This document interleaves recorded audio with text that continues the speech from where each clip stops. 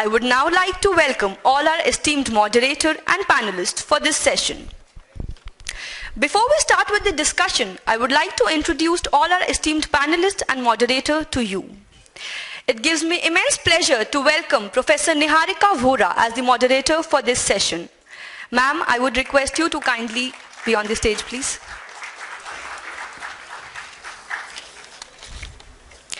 Professor Vohra needs no introduction. Her achievements are beyond words. I would still like to throw a light on Ms. Vohra's eminent success and journey so far. Professor Vohra, a psychologist, teaches organizational behavior at IIM Ahmedabad, which speaks a lot for her passion in HR. Ma'am believes in linking herself to various dimensions, and this is clearly visible from her current associations with editorial board of 4 national and international journals, with Zee Entertainment, with Indian Institute of Production Management, and also with 2 national level schools. Ma'am shares a close bond with HR, which I personally could see while reading the book on organizational behavior written by her. She also has a diversified list of research interests which include cross-cultural behavior, leadership, governance, and many more. Now, a quote that rightly defines ma'am is, "Some people dream of success while others wake up and work hard at it." Ma'am, we welcome you today to this HR conclave.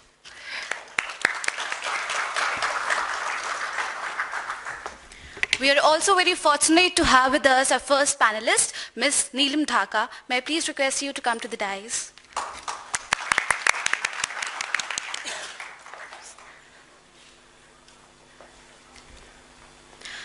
Ms. Dhaka has demonstrated a clear vision of a vital role as an HR in her 14 years of rich experience. She is presently an AGM at DSB India and is heading learning and development and organizational behavior. Prior to DSB, she was with Continental Engines. Ms. Dhaka has done her MS in consultancy management from BITS Pilani, MBA from MD University, and she is currently pursuing LLB from MDU Rohtak. She has always keenly been interested in designing and conducting training interventions for India's leading corporations. She is licensed to offer 6 thinking hats, DATT and COT workshops. She is also a certified DICS behavioral analyst.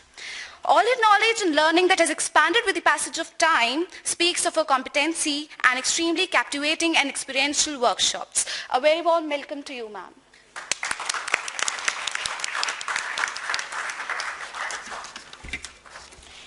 We are also grateful at the presence of our second panelist, Mr. Pradyuman Pandey. May I request you to come to the dais, please? Mr. Pradyuman Pandey works as a Chief General Manager HR with JK Tyre Industries. He has over 23 years of expertise in handling people management operations. He is a law graduate and holds master's degree in social work. He is also an MBTI certified professional and a certified training facilitator by DDI. Prior to his present assignment with JK Tyres and Industries Limited, Mr. Pradyuman has also worked with Mana Sugars Limited, Holcim International, a Swiss MNC, and ACC Limited.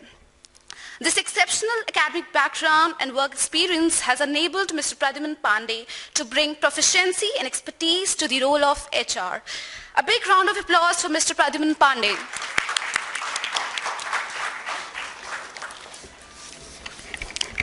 It gives me immense pleasure to welcome our third panelist, Mr. Emil Chakrabarti. Sir, we request you to kindly be on the stage, please.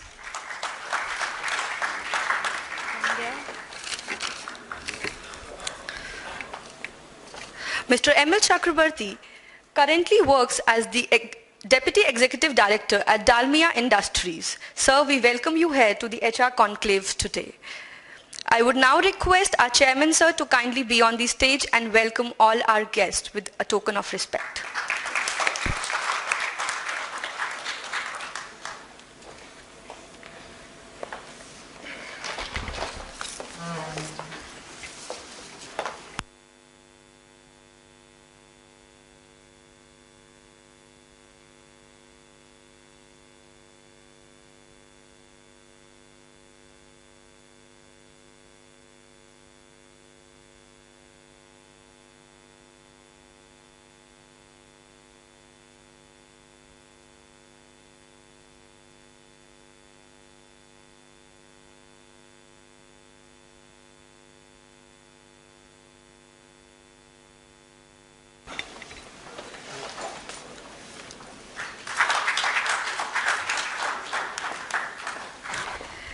I would now like to request Professor Niharika Vohra to please begin the session as the moderator. So I just thought we would sit here and do it rather than each one of us going there, unless you all want to go there. So, you know, as a moderator, I never know what the role should be, whether I should talk less or talk more or allow every one of you to speak more. And I think I always make the choice that I should talk less rather than more. But before we start, and I think you, Ms. Neelam, Mr. Pradyumna and Mr. Chakravarti would have very, very interesting things to say.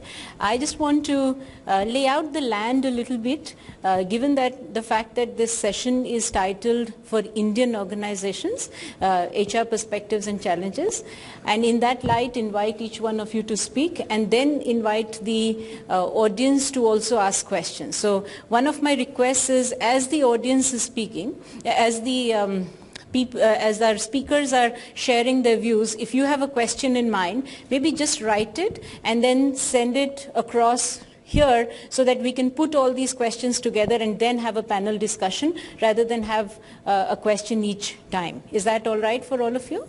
Yeah? Okay. So just keep, so because then we lose our questions as the discussion keeps going forward. Now to paint the landscape for India itself is an extremely complex thing, because India is by definition or by nature a large, diverse, complex, uncertain, ambiguous place to operate in. And each of it is a strength, and each of it is also what leads us, makes it very exciting and also maybe very challenging to operate in. So the India Incorporated has to serve an India which is of this nature.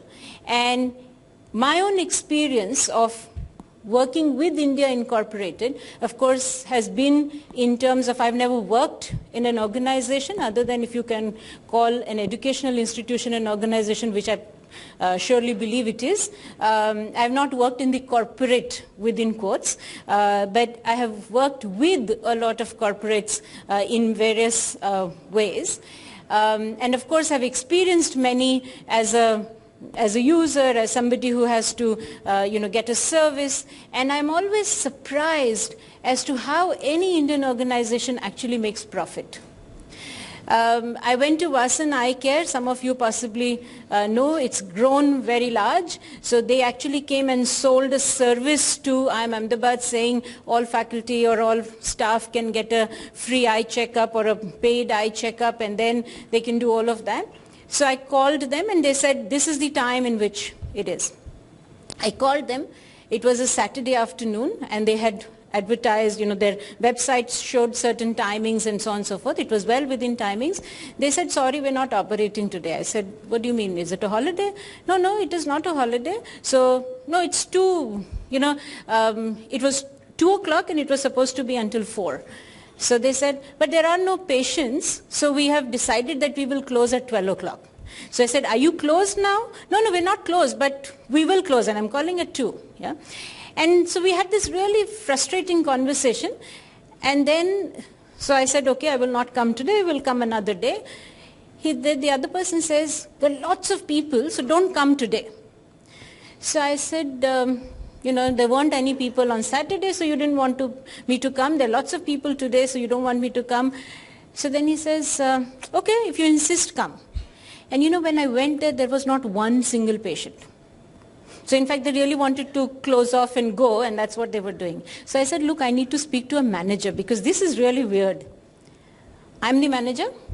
No, you're not the manager. Can I speak to somebody? Can I speak to somebody who takes care of HR? We don't have an HR. We don't have somebody like this. And this continues. I'm just using one example. And there are so many examples in different services that you end up consuming. And you wonder, how does this country work? And how do these organizations work? What are we teaching? What are we talking about in our classrooms? Because we are talking about execution. We are talking about implementation. We are talking about good service and so on and so forth. In fact, India right now believes that service is what is going to take us ahead. And yet, if I look at organizations, be it Infosys, be it Vasan Eye Care, be it a real estate agent or a real estate builder who I'm possibly buying some property with, it's the same experience all through. And I think when I think about it, one of the things that comes to me clearly is that we've had it easy. We are very large. We can do a little bit and we can make money. We don't really need to drive down for excellence. We don't have to. And therefore, in my sense, currently the challenge that Indian organizations face, and HR therefore faces it even more, is that you have to grow, sustain, rejuvenate, and focus on the future all at the same time. And it's not easy. You can either grow, you can either sustain, you can either rejuvenate, or you can either focus on future at different points of time. But we don't have that luxury. We have to do all of it at the same time. And we have to do all of it at the same time with the kind of diversity that we have. And, you know, the diversity is not just about women in organizations, which of course is a really big issue, but there's all kind of diversity. We have English speaking, non-English speaking. We have rural, urban. We have trained, untrained. We have people who are first generation workers, people who are third generation workers. There are people who have never had employment, people who have come from employed families. So we have all kinds of diversity. And yet, I don't necessarily see a lot of my HR colleagues or professionals even talking about it, even recognizing that, you know, we have a very different landscape to work with. So the Indian HR professional, in my mind, has extremely interesting, challenging context to work in. You can actually get by with doing nothing because there's a lot to do anyway. But if you did good work, I think it could be very exciting, and we could possibly really create value. Yeah? And I think that is the challenge that I want to work with. And I don't want to speak a lot more. I think I'm going to invite the speakers to share their views, because I'm an outsider. I might be very critical of the industry at times, but that's possibly what academics are supposed to do. We talk tough. You know, Professor Pandey said that in the beginning. He said, people from industry act smart, and people from academics sometimes talk smart, but I think we also talk tough, and that's the role that we want to play. All right, so we'll start with that. And she says she wants to come later. Yeah. So then may I invite Mr. Chakravarti to please start the deliberations?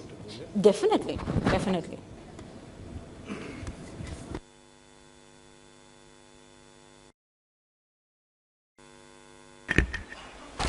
Good afternoon to you. My name is M.L. Chakravarti. I represent a company called Dalmia Bharat Limited. It's a Delhi-based organization and purely Indian organization. I mean, we never have had any operations outside the shores of this particular country, even earlier and even today. And we immediately do not have any plan to really step outside this, the shores of this particular country. So before I start, my presentation will be very brief and small, and to a great extent monotonous because of the wonderful lecture Mr. Handa has delivered. So kindly bear with me on this case. So just to start, before we start that, a few words about our company in which I do work. We are into cement, sugar, refractory, and cement. These are our four businesses: cement, sugar, refractory, and power. I'm sorry. So these are our four businesses, of which our major business is cement, followed by sugar. Refractory is small, power is still smaller. And our vision is to, 2 years back, we have crafted our vision. We said that to unleash the potential of everyone we do touch, we are working in that direction, have not moved any conceivable way, but then we are trying to do that. And then mission is this, to be in the top 2 in our chosen areas in the industries that we work. And our value systems is integrated trust, respect, humility, and commitment. We in fact started our values journey in the year of 2008. At that time we had started with the values called Let's Excel, learning, excellent, teamwork, and speed. Now, we now re-christening this and bringing it to this particular 4 very focused value system, and considering this Let's Excel as our business behavior, which we do that. So that That's the organization that I just wanted to share with you. In terms of turnover, even 2005, 2006, our group turnover was in the range of 1,000 to 1,200 crore, and today we are about 6,900 crore. So that is the kind of expansion that we have had, and we have had our shares of uncertainties, issues that we have faced. Now coming to the landscape, HR landscape, I think it's common. Globalization, although we are not a global player, but the global players are working in India and we are competing with them. So therefore we have to change ourselves to the extent it is possible to sustain ourselves in the market that we are working. So that really impacts us this way. This brings competition, margin pressure, and at the same time it creates an opportunity for innovation. And I think increasingly our companies in India, Indian-run company, they are really coping up with it. They are experimenting with this and they are surviving. In the year of 1991-92, when the first opening up took place, there are a lot of confusion and a lot of discussion at that time whether this Indian organization will survive. But I think as we have seen that, the Indian organizations are learning and adopting this kind of challenges that are being thrown to them. Of late we are seeing that yes, there is an emergence of growth sentiment that people are feeling. I think it has not yet been realized, but the feeling has started, that sentiment. So that's another direction, an opportunity for HR to really contribute meaningfully in this direction. Mergers, acquisitions, restructuring and right sizing are the order of the day, have to be there. Necessary emotional issues attached to it are continue to be there and they will be there, and therefore is a challenge for HR how to really go ahead with this kind of activities and yet not disturbing the internal ecosystem. It's a challenge for HR. Then comes the VUCA times. Everybody is talking about it. Any magazine that we now remove that. So everybody is organizing some conference, workshop, etc. on VUCA times. My personal view is that the business has never been something but VUCA. Always it has been uncertainty and ambiguity, all the situations were there ever since the business was in existence. Only point is that with the passage of time, that the speed has really accelerated. So if one was to say that this VUCA has brought some sort of uncertainty, it probably in the pressure is on the Indian organizations to really accelerate them to speed up and to adapt to the new things. So that could be the way that the VUCA impact that we do have. Diversity is something which ma'am has just mentioned. We realize all our manufacturing locations in the remote areas. Now the kind of people that we get in our shop floor and also in our executive cadre and the kind of people we get in our corporate, there's a whole lot of difference. Communication issues, understanding issues, whatever they want to say, there's a challenge for our organization as to how do we really manage this kind of workers diversity, workplace diversity, gender diversity. About 3 to 4 years, 5 years back, we have started, that we must bring in a more equitable gender dimensions into the organization. So we have planned from Asia. We have gone to the engineering colleges, recruited few female engineers. I mean, that was not in our plan. When our recruitment team has gone there, they found that some of the girls who applied for this job, and they're really good. So therefore, their asking was that, sir, should we go ahead? So I really didn't concern anybody. I said, please go ahead. I think we should do that. And not only that we should do that, let us explore the areas where we can engage the lady employees, like in the laboratory, like in the, those kind of areas, which is the hardcore operational areas. We have recruited, but we have had a stiff resistance. So we had to shift these engineers to our corporate. And then, so now it has, still I think we have got that kind of struggle. We are struggling with that. But it is much better now. Insofar as our employee composition in corporate office is concerned, which was very low earlier, now we have about 40% of our employees in corporate and offices are ladies, and about 3 to 4% are lady employees are there in our units. We need to do more in this case. And of course, technology, new technology is coming up, and we need to get adopted. People with the technological skill are coming up. So how to really make people to understand, assimilate, and work with the new demands is also a challenge for HR. We have been facing this. Challenges that we face is that building infrastructure of intangibles.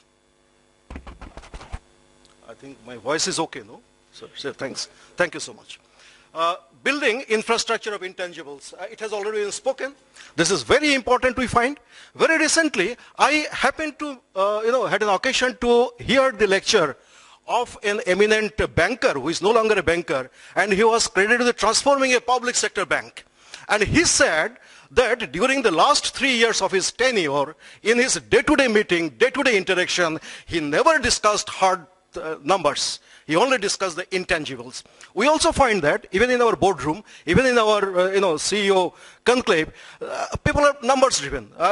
And realization to understand that the people, we have to understand people, we have to understand the psychology, we have to understand how to integrate with them is something that we really need to improve in that area. So that's an area we find that intangible. Intangible generally it says that activities or the situation environment that helps people to perform, like governance, like culture, like learning, like healthcare. These are the intangibles, like systems, processes, services.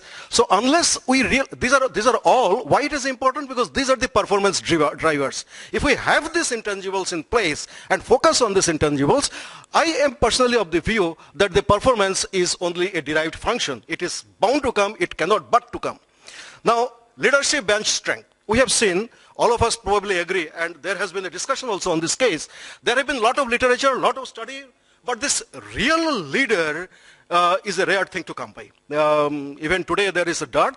At every level of leadership, we have dearth of real leader. The leader who understands people, leader who understands the chemistry, equates with them, leader who understands the nuances of diversity, leader who understand the implications of people in the organization. It's really, even today, is a challenge to come by. So that's an area, even a challenge for us. We are working in the direction, but still we feel as a company, we really need to do a lot. We have to do a lot in this case. Skill development, managing change. It's natural. I do not need to explain this. Situation is changing, so therefore it poses challenge. HR needs to do that. And then the skill development is an area, it's a national challenge. So we as an HR, we need to do. We have started initiative in our company, first of all, to enhance the skill of the people that we do have, and also the people who are around our plant locations. We have started investing in developing their skill.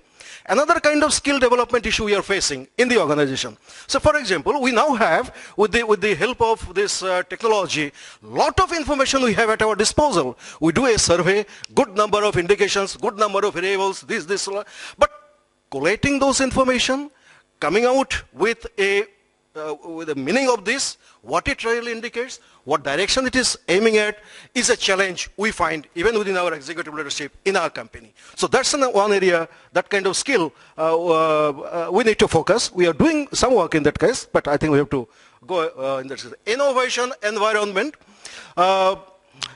We have started in the process of starting an innovation academy.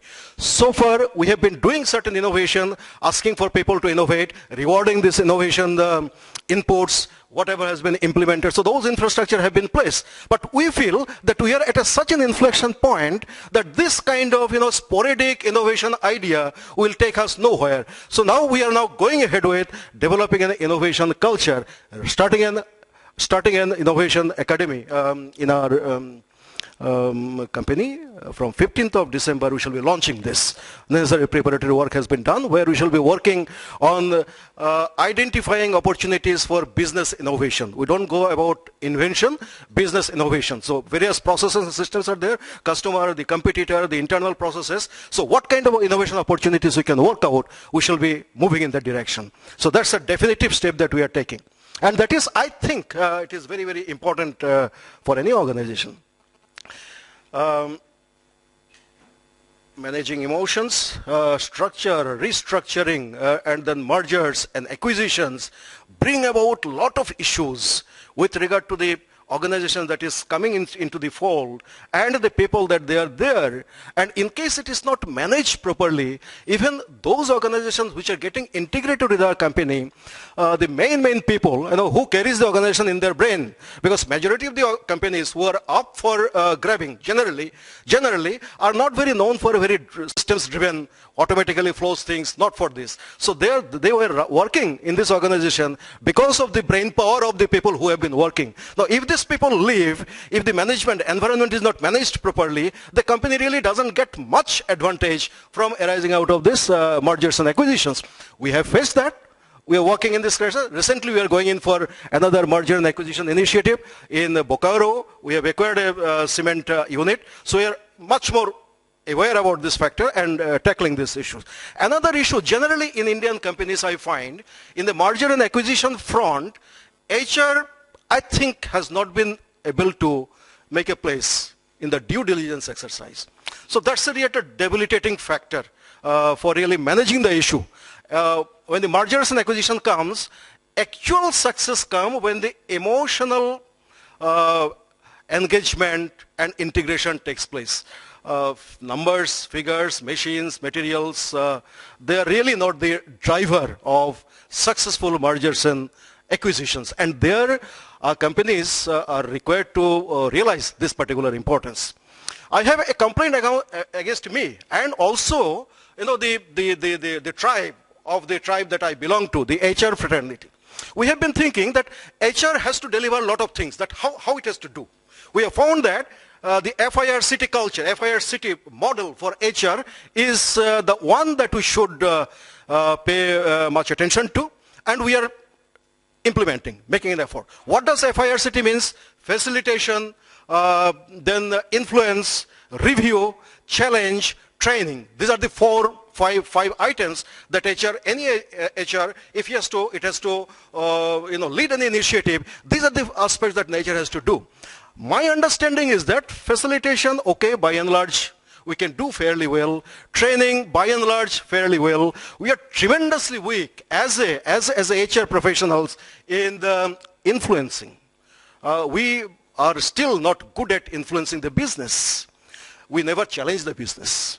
So these are the two areas out of this particular model we find that we need to do as an HR professional, tremendous work to build our own internal capacity. Business, we don't talk about it. We are not really concerned to be a business person, understand the business. We always get out of it, shy of it. I think it is a dangerous proposition for the growth of this particular profession. Because we will not really be recognized that way. So unless we develop this, it's me included. I have come to a particular stage that I should have been in the business, but I decided not to. So me is also a part of the contributing factor in this direction. Thank you so much.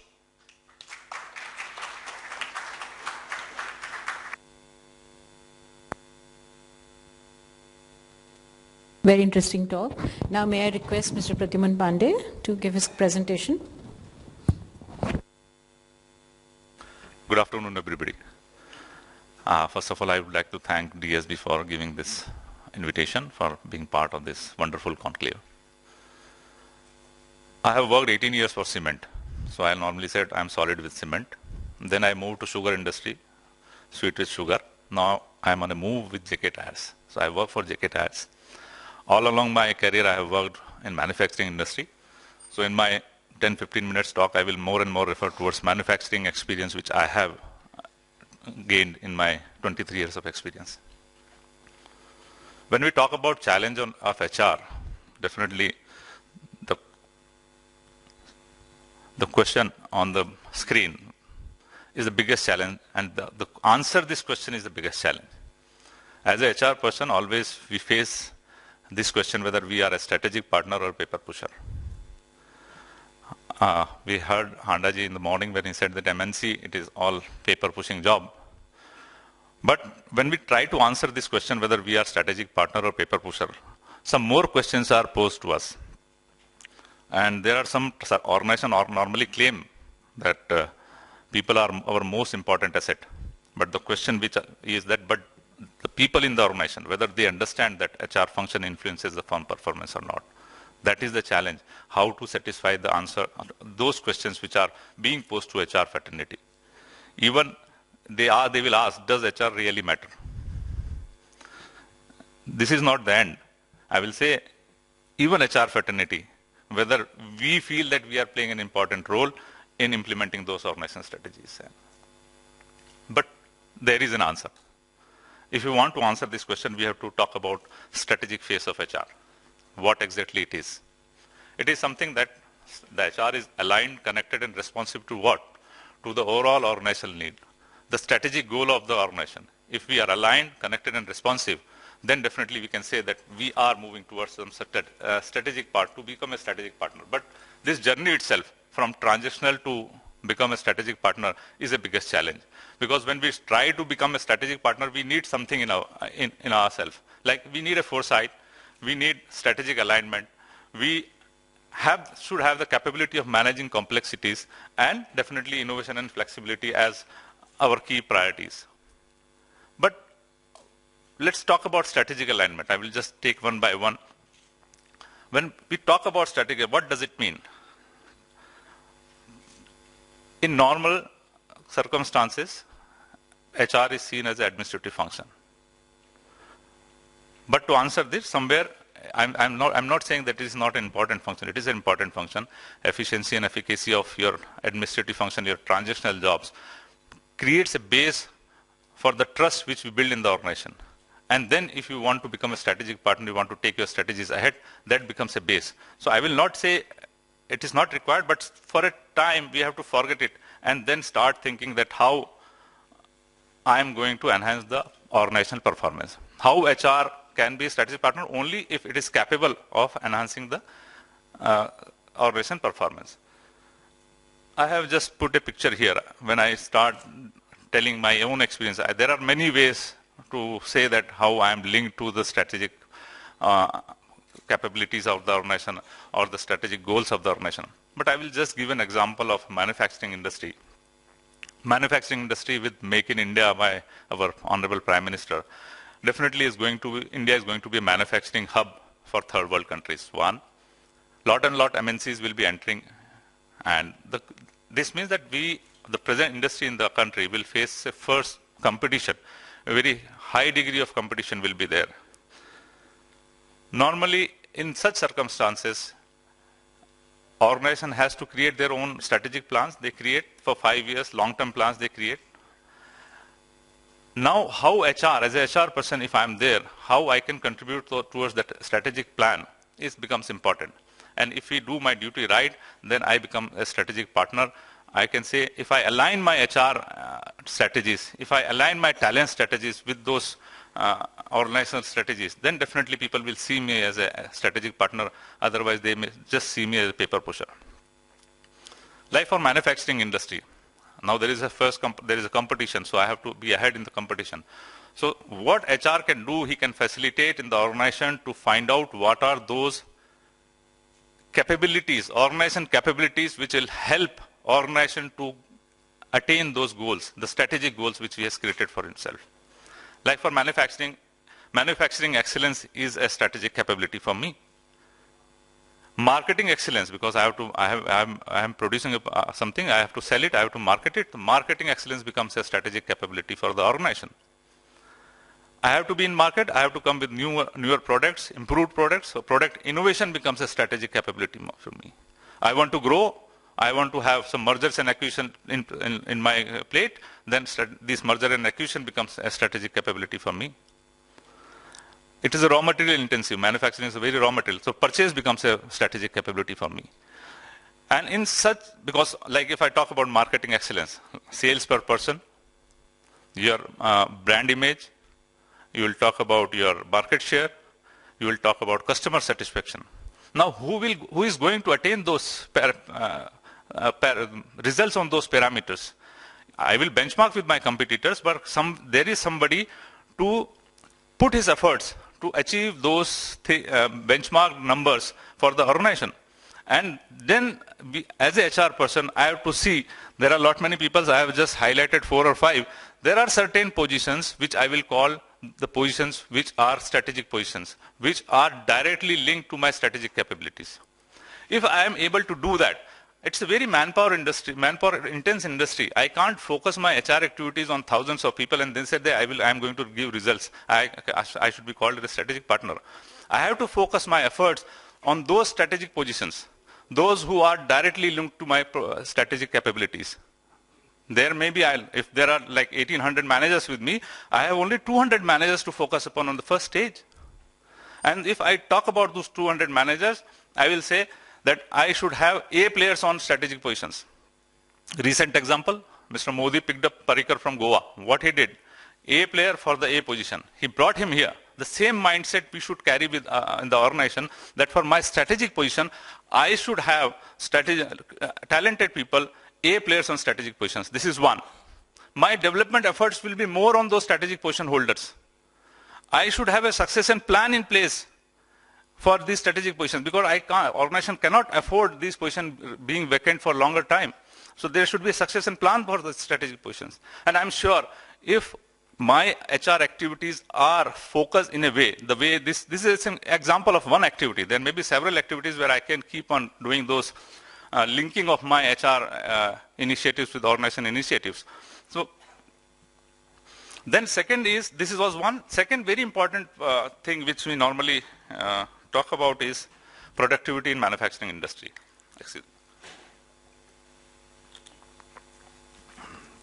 Who is responsible? From where the productivity will come?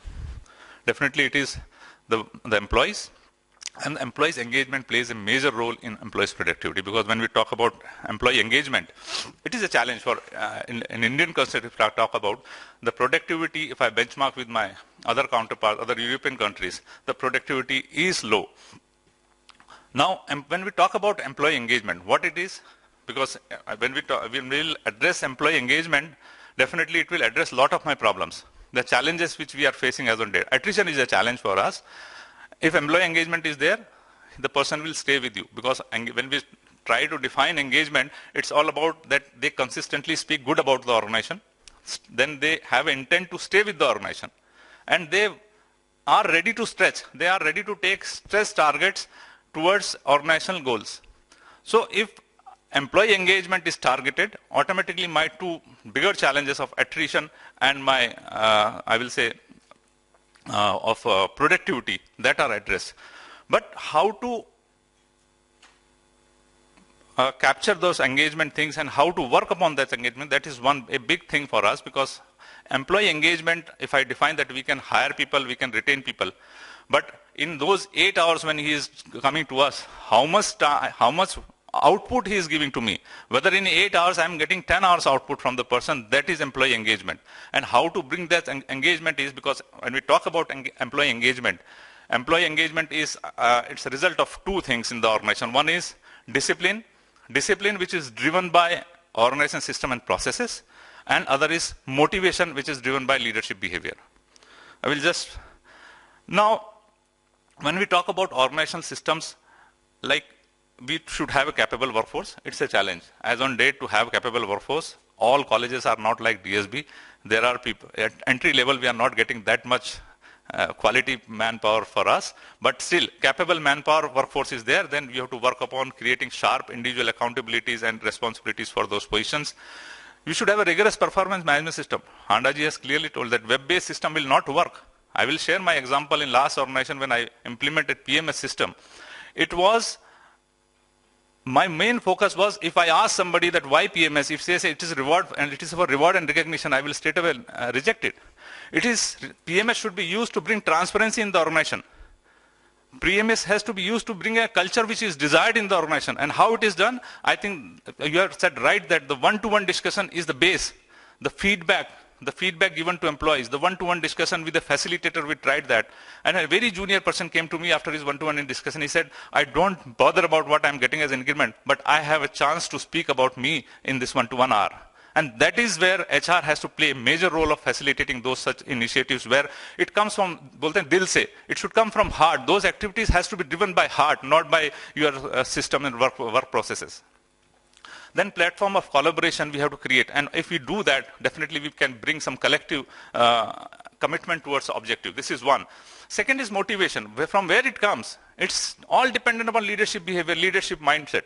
Because leaders are responsible to create growth path for their employees. They are responsible for empowering their employees. They are responsible for recognition and reward, or providing a supportive environment where mistakes are welcomed.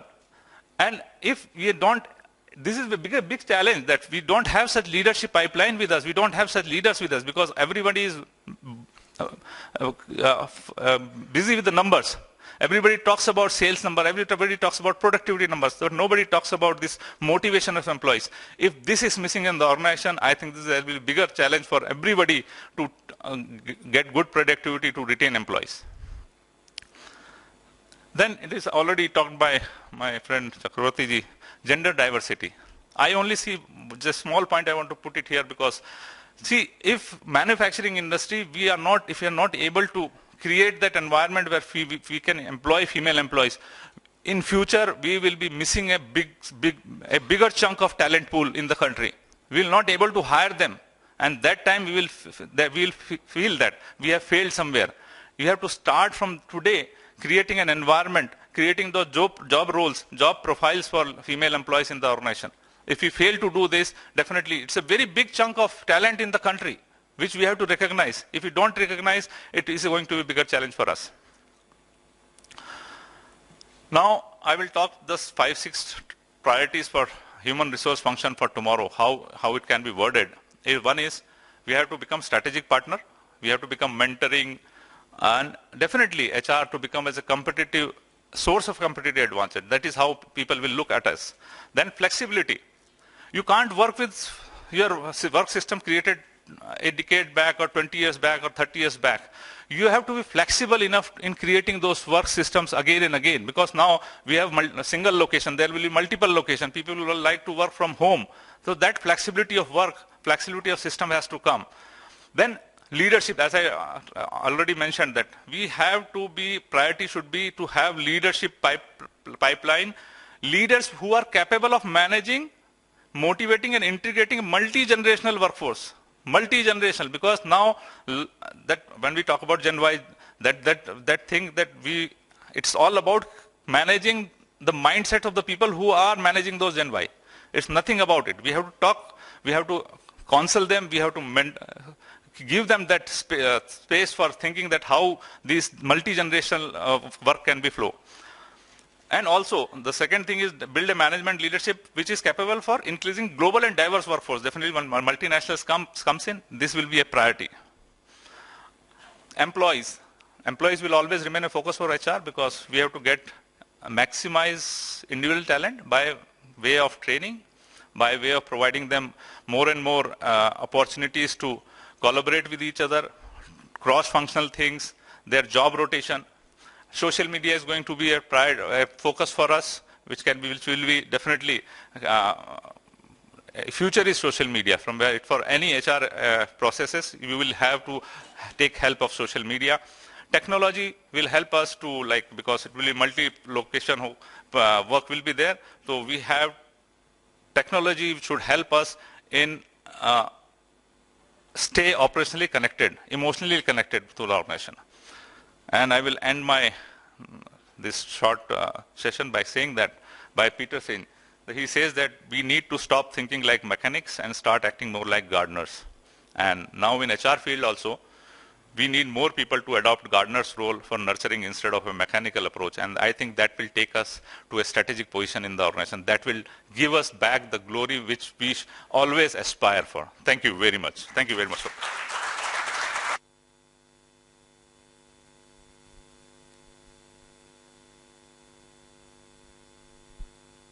Interesting talk. Now can I invite Ms. Neelam Dhaka? Actually, it's my luck to be here today amongst you.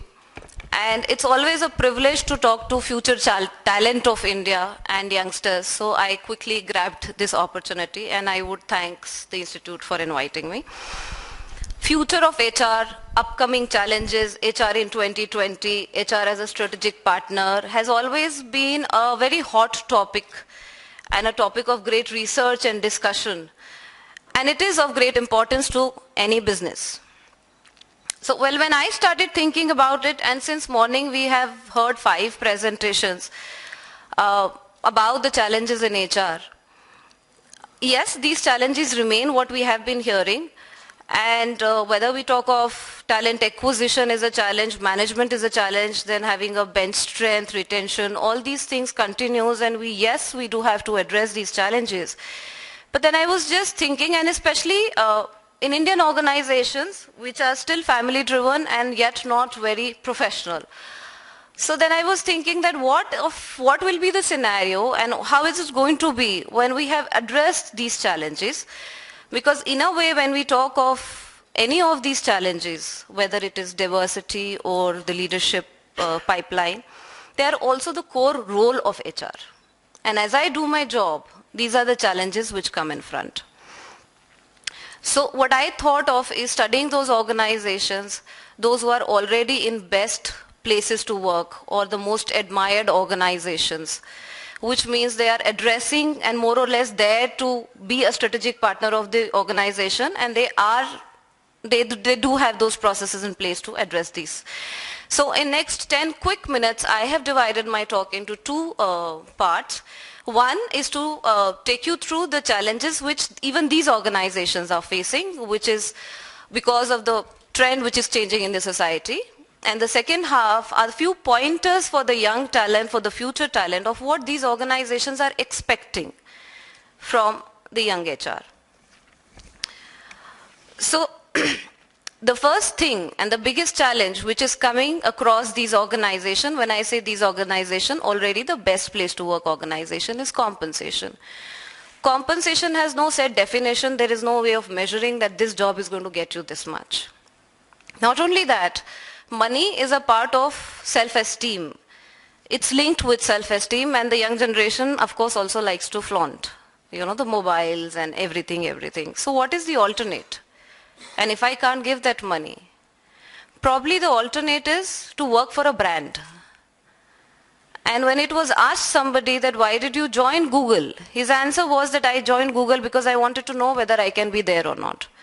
So either you are a brand like a GE or Google, Infosys, Marriott, or then it comes to money. And it takes a lot to become that brand, because that brand means you're actually working on all cultural aspects. You are there with your customers, with your employees. There's a total integration. It's a family, so on and so forth, and quite a journey of some time.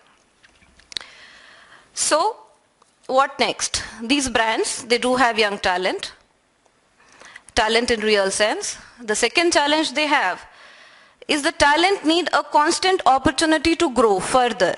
It's not that I joined the organization and I'm happy. I want to grow both as professionally as well as an individual.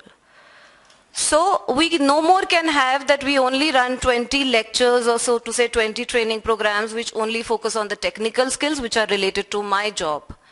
It has to be something more than that. And Intel University, if I may quote, has 9,100 separate courses to address the needs of all the employees holistically. Third is accelerated career growth. There was a time, I think that was a .com era when it really came, he's the youngest CEO, he's the youngest director, and it used to be a big news in the newspaper. Now even that is challenged in the sense that, okay, I'm there, but then what next? I further need challenge. So to constantly provide accelerated growth and challenging assignment to the talent to be able to manage them itself has become a huge challenge. And instant recognition always remains. Now while the above continues, there's another set of needs which is increasingly becoming very important. Is the young talent now needs a lot of autonomy and freedom.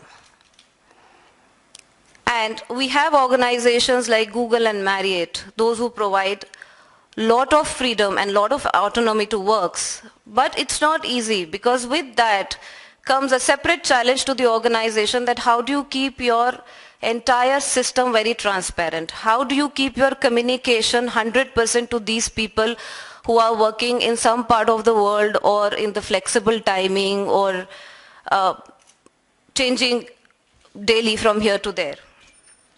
Higher flexibility. The new workforce is increasingly differentiating between selling their skills versus selling their lives. Work-life balance has become very, very important agenda. And in fact, now we have annual training programs of any organization which at least have 5 to 6, I am talking of a very, very average organization, offering courses or techniques on work-life balances. Huge organizations have a significant force of their employees which work from home or are outsourced and are more keen to take up those assignments for an interesting compensation and a challenging assignment. Customized career path. This was interesting when I learned about it.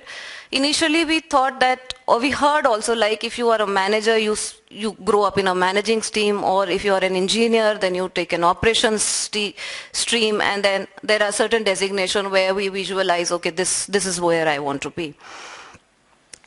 Now again, to quote emphasis, it has 24 different career streams, focusing on subject matter experts and giving them what they desire to do in life is another area which is taking a big role in the industry. And in fact, while we work on JCB, this is what we also realize and we do, that you have a lot of people who have their own passion, they want to do things on their own, and it is for business to see that how I can give him a career as well as leverage from that. And that's where actually the doors of innovation and creativity also gets opened. And of course, the talent today very quickly wants a global recognition, also because of the technology. And the idea is that if I've created something, I really want to do it globally. Market today, I think the default definition of market today is a global definition. So we see a huge contradiction. Now, an employee wants an entrepreneurship, but at the same time, he's looking for a job security. He is asking for a well-defined role, but at the same time, he's looking for a variety of work. He wants a challenging environment, but at the same time, he is looking for a work-life balance. Now, do we have organizations addressing this? So to very quickly share with you, yes, maybe some, like in Google, 20% of your time, of your job work's time, is given to you to invest and explore on things which interest you. And those ideas, which are very lucrative and makes a lot of business sense, are taken by Google. Gmail is one of those products. Some other ideas are sponsored by Google Foundation, and few others are encouraged in other ways. To address well-defined role vis-a-vis the variety, when we said Infosys has 24 different streams, they also realize that even in those streams, if you are there stuck for more than 3 years, then the productivity dips or the person looks out for a change. So how to move that person across different roles, how to enlarge the role, enrich the role, is what they're constantly up to keep the talent within the organization. When we say challenging work versus work-life balance, we have Adobe, who gives very challenging role. If you achieve, you have global recognition, followed by maybe 5 weeks annual leave, which compensates for the work-life balance.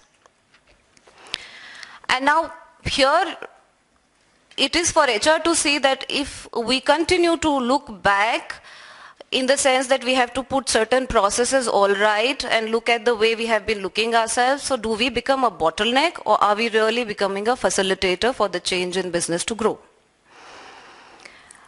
Now the second part, which I want to share with, again, the young talent sitting there, is that what is that they expect the talent to bring along? And if you have a desire to be a part of these organizations, so to address your query as to what is that they want. So the first thing which came out of the research I'm sharing with you is a domain knowledge.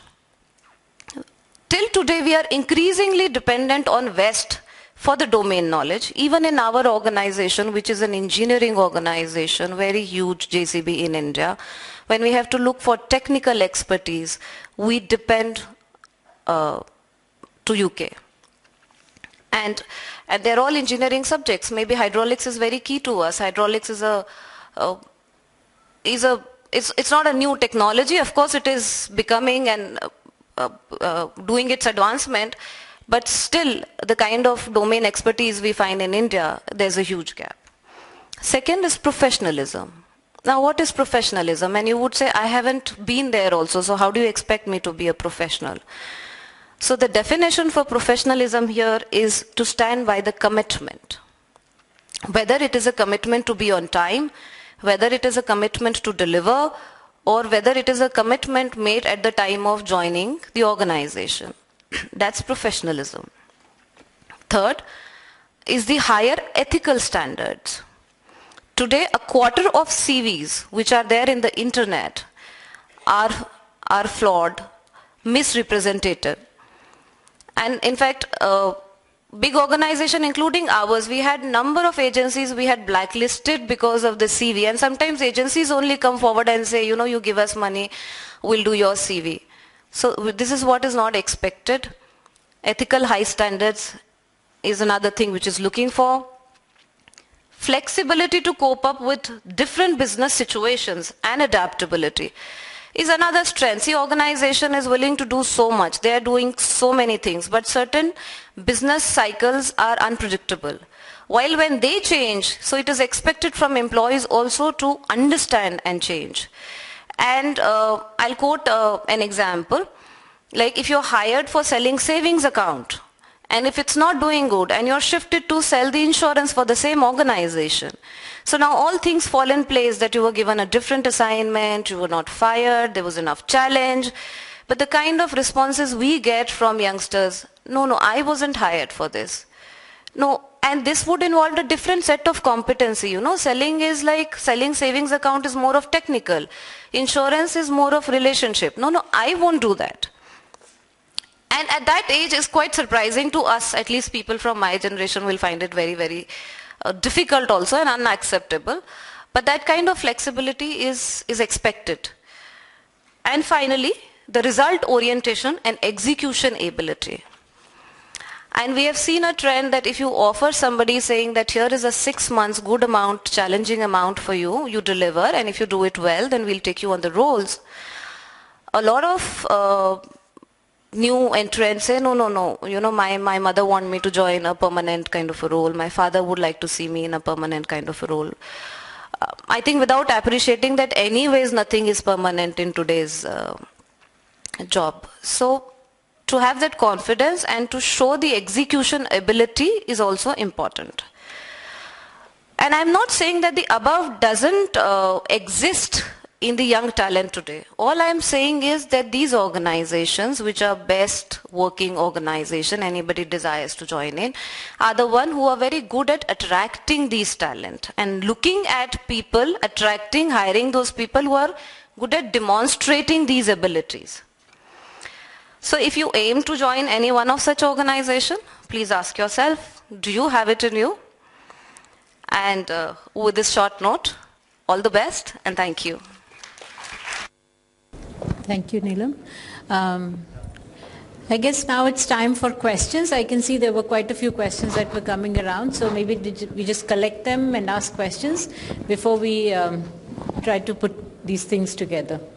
You want to bring them?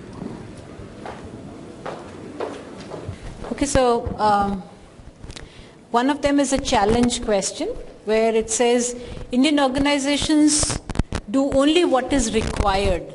Thus, HR practices in software companies are better to manufacturing organizations. Why can't Indian organizations be proactive? So I'd like either of you to answer the question. It's not addressed to any one of you, but it's a question that's been asked.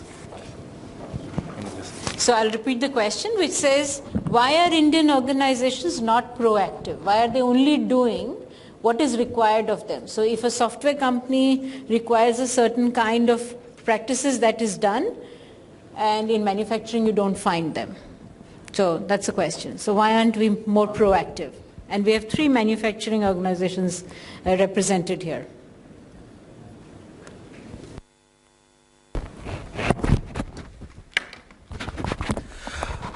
I just would like to approach this answer to this question is like this, that it is only right that whatever is required to be done should be done. Why something should be done which is not required at all?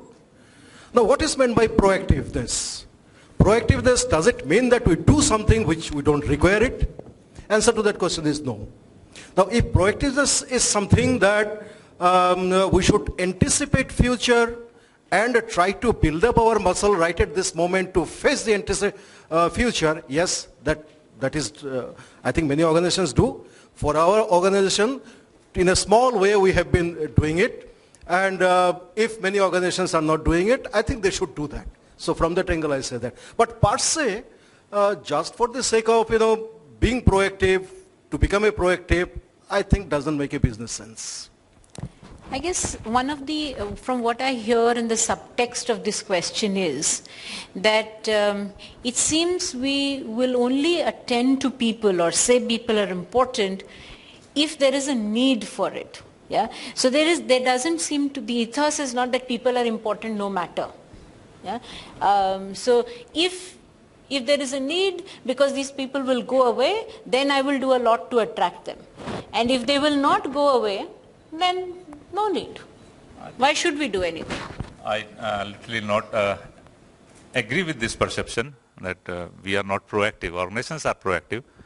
You may find example in India also. There are Indian companies which do good amount of HR. They take care of their employees well, and all HR and process systems are in place. Already in the first session we have heard that these multinationals are paper pushers. We are really doing the HR work, but it's all about the commitment of the leadership towards those HR initiatives.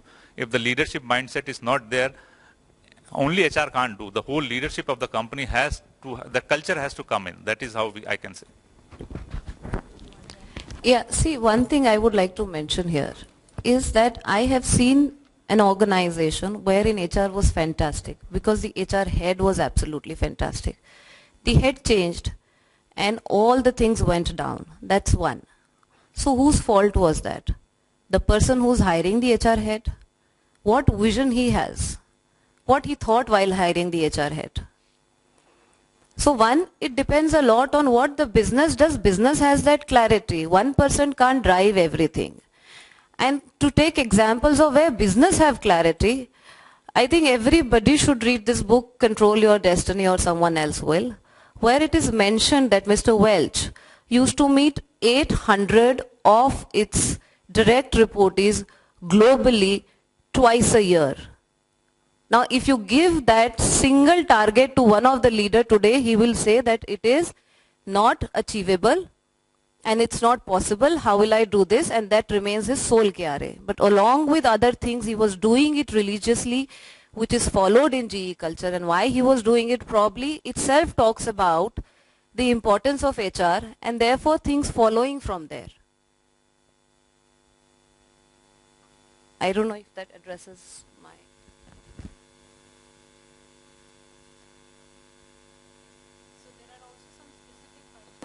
So one question is to Mr. Pandey about how independent HR professionals are in implementing innovations and ideas, and there's another one, how do you bring about employee engagement? Can you share specific experiences? So we'll first... So the first question, how independent HR professionals, I think you have heard about Ghar Ki Murgi Dal Barabar. Sometimes independent HR professional helps the organization to bring that change. They help us to create that demand. So it's only a...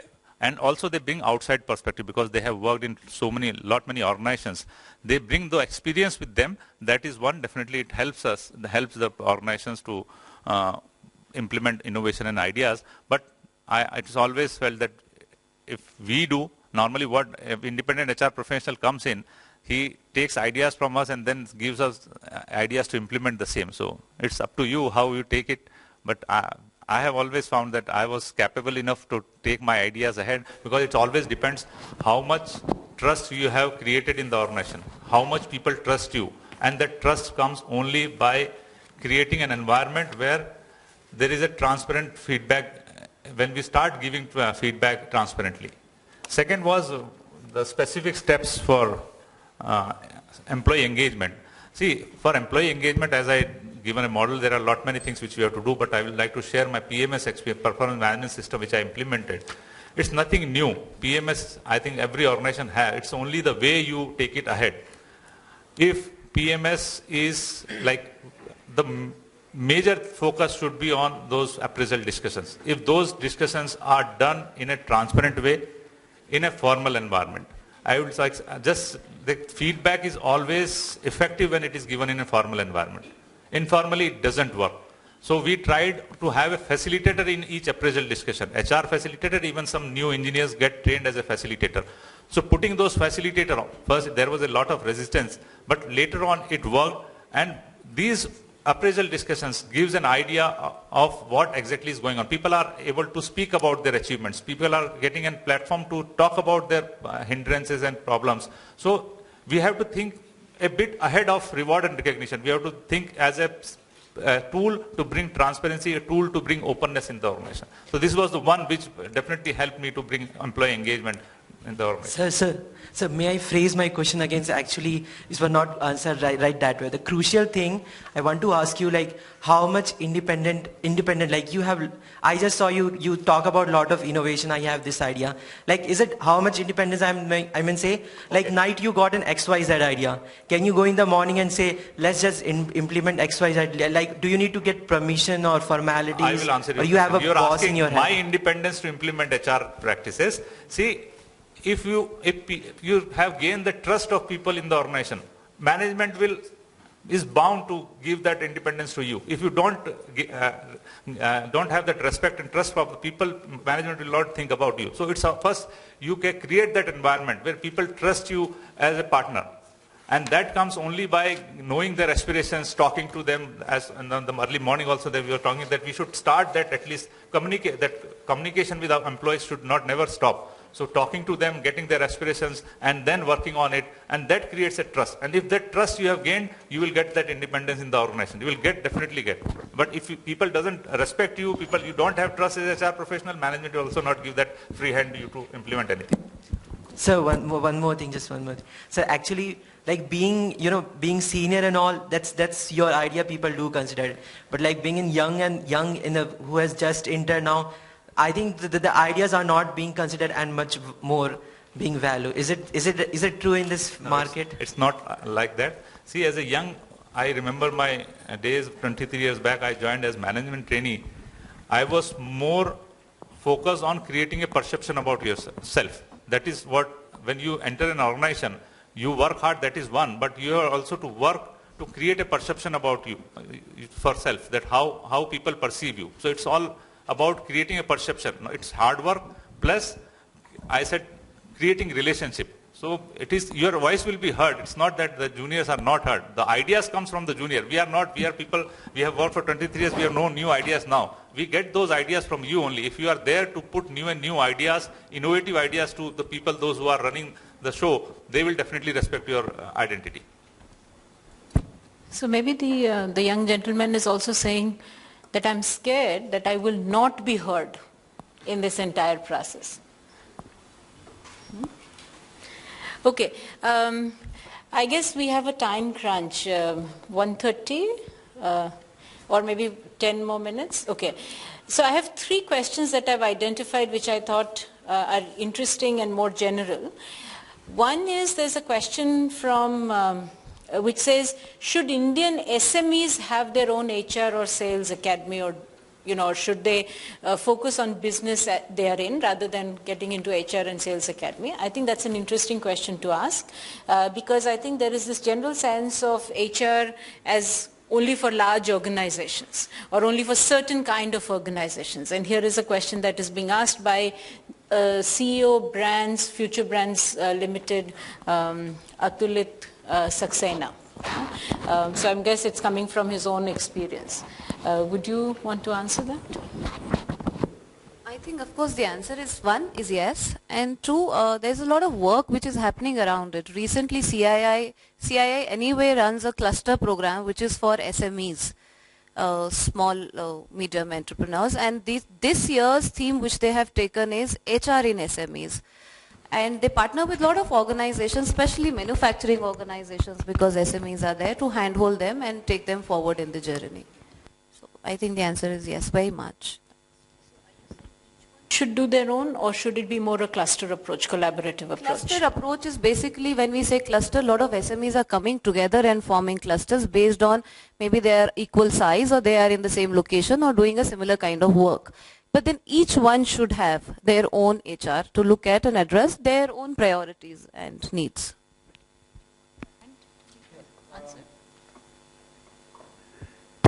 Alternatively, I am of the view that the SMEs, one thing is that the perception that HR is required. So assume that that is already available. Other issue comes the affordability of an HR, full-time HR. Ideally speaking, yes, there has to be HR because it is now recognized that without HR it is very difficult to run the business for the future. Now, what can be done is that I just give a solution. I mean, whoever is there within this SME structure, okay, some of them can get trained in HR practices, and can do it in the organization without adding any additional, creating any additional burden. Basically, yes, it has to be there, and they should have it. SMEs, it consists of micro, small, and medium. So the answer could be different for micro, and it could be different for small and medium. As it is even today, the medium enterprises will definitely be having their own HR. Medium is a quite big organization, and same could be for small.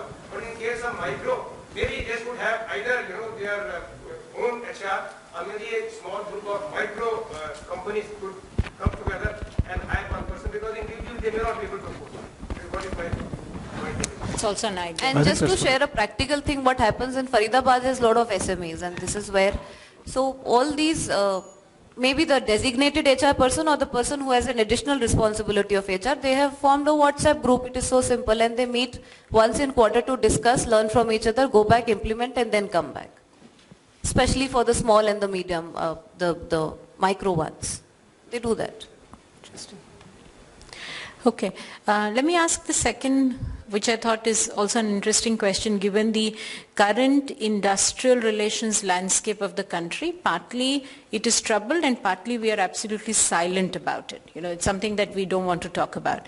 But there's a person from the audience who's asked the question, are labor laws and Companies Act challenge to HR, or is it a challenge for HR to think about? So, anyone? That's a reality in today's context. This, if we talk about, see, I started my work in a plant location. It's a hardcore plant location where labor law, implementation of that, managing the union, facing their wrath day in and day out is the process that I have grown.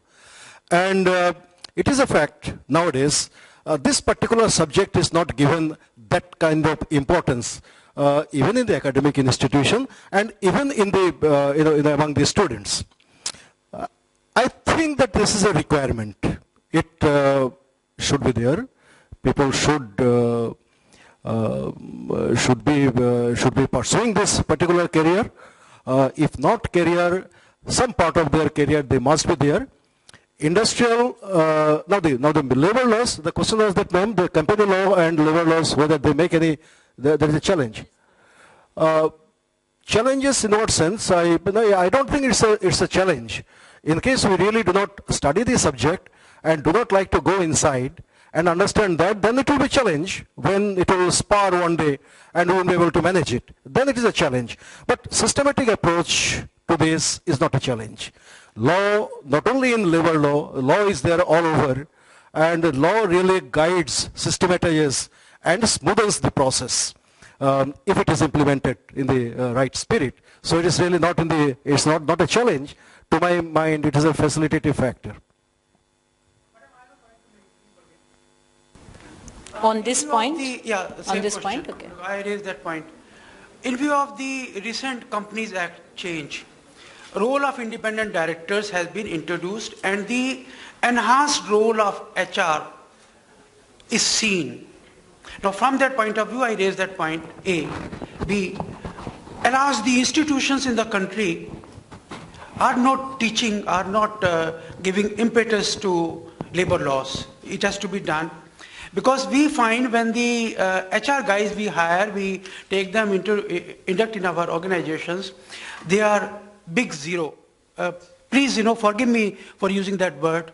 They do not even know the full form of EPF Act. I'm sorry to share, but that's a fact. I haven't asked them what is the contribution, how much goes to the pension fund. No. I've just asked the name of the EPF Act. They are not aware. They have not been taught at the institution. Now I call upon the institutions to introduce that subject in their curricula. Thanks a lot. Yeah. Thank you. Yes, please. So just on that point, in the institute, I think perhaps in all management institutes, those who are offering specialization in HR, industrial relations and labor laws is definitely a subject. And I also find even in this DBS, I was just going through the specialization offered here also, and in many, many other institutions, almost in all institutions, this is a subject is already there. Maybe it's not taught well, or maybe the required focus is not there, which of course need to be given. Thank you. I think one of the ways in which the industry has tried to deal with some of the problems that we had faced with unionism and some of this is outsourcing. And that itself, currently, but what I'm also saying is that itself is an issue that we as HR professionals need to look at. On one hand we talk about engagement, people being involved in innovation. On another we're saying let's put everybody out of our roles. Yeah, absolutely, ma'am. I couldn't agree more with this, with you in this case. Yes, there is, it's a hardcore, rugged, darting hands, if we have to put it in that fashion. Somehow we are conditioned to air-conditioned environment. So that's really is the point. But if we really apply as a human being, conceptually we have got potential, enough potential to deal with this matter. So it's the point of mindset, and to the extent we can go that. Thanks. And this last question that I want to answer is at least addressed to all three of the panelists, and it's a personal level question, and that's why I kept it to the end. And it says, in your HR career so far, which has been the moment that made you feel extremely happy, and what incidents have made you feel sad? I think it's interesting for us to hear this because it also gives us a sense of what are you working with at a personal level. Because at the end of it, it's about us and each one of us. So I'm just going to leave the floor open for each of you to answer. Should I say something about this?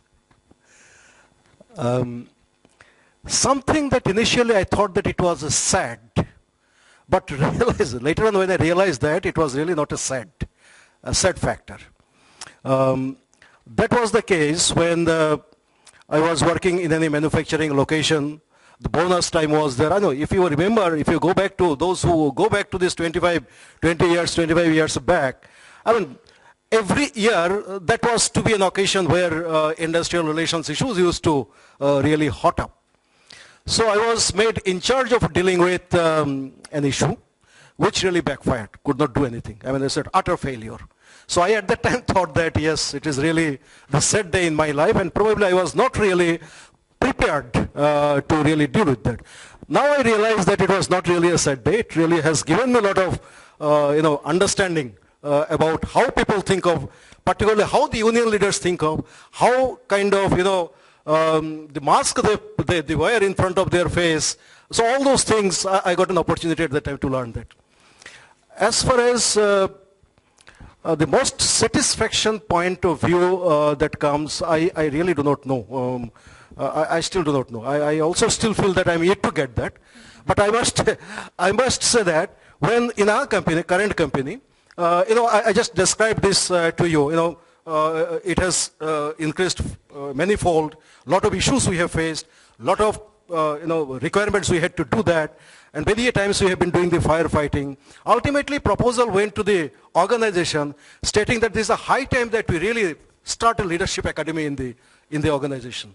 So it has been okay, and I have been honored to lead this leadership academy in the company. I feel that yes, that's one thing really gives me a little bit of satisfaction. I don't know any other point that I can say that. After working 23 years in people operation, I think now I have started enjoying every bit of HR, And every act of mine gives me that happiness. And every act, every moment I get happiness whenever I'm for 8 hours. And I become sad when somebody tries to disturb my work-life balance. So I have never worked in my life extra hour in my office. That is how I can describe myself.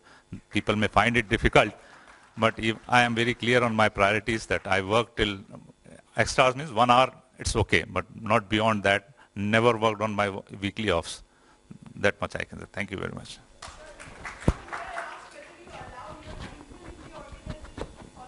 Not work extra hours. At least the colleagues of mine who are directly reporting to me, they are always happy because they move half an hour before to me. That I have made. Because once they move, then only I can move. So that is how I can keep it.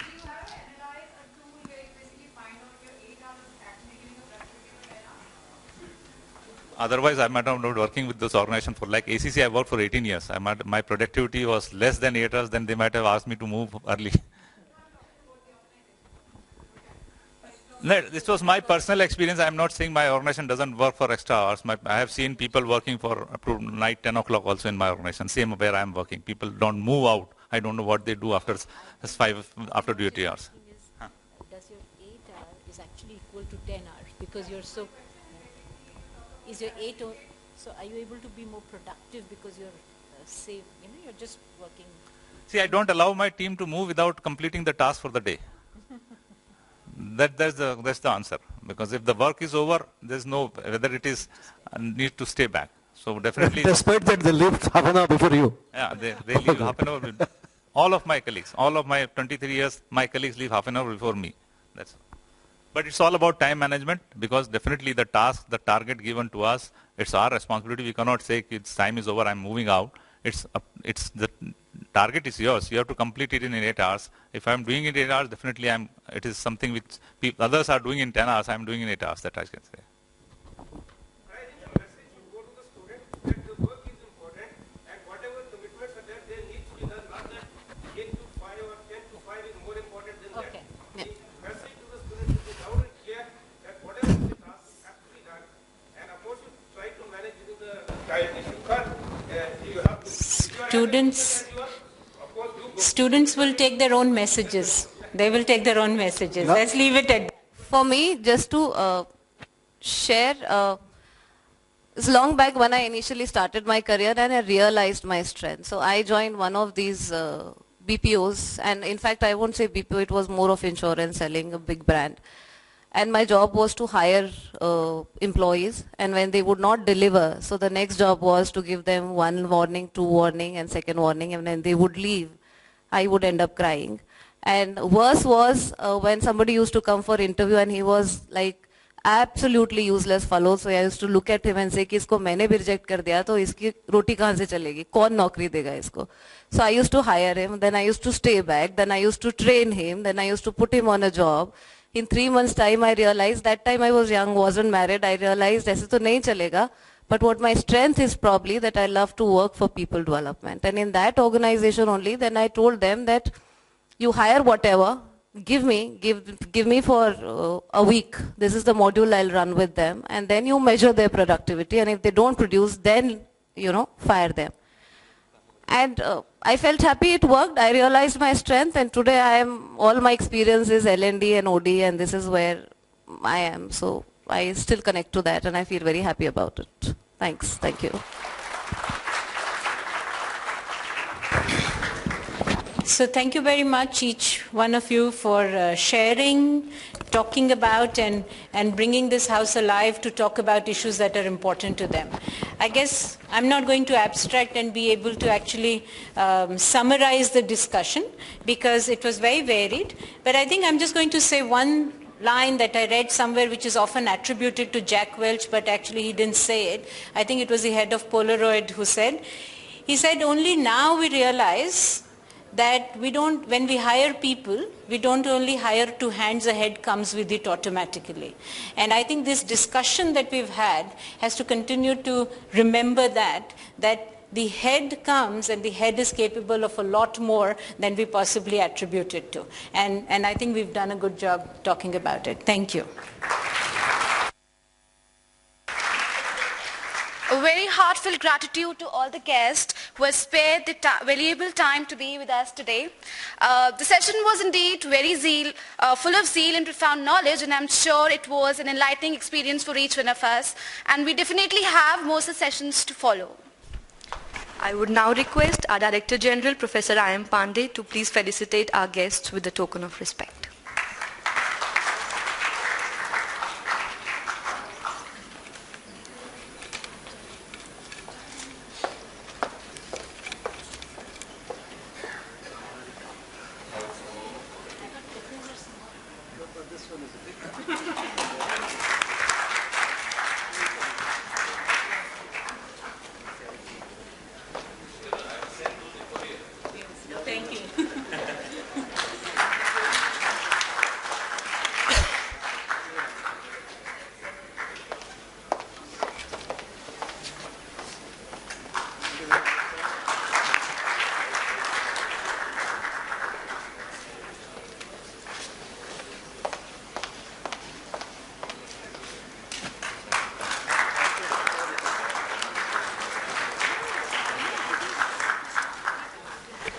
May I now request all our industry guests and faculty members to please proceed for the lunch in the green room. I would request all the students to kindly proceed for the lunch in the canteen area. We'll start with the second technical session 45 minutes from now.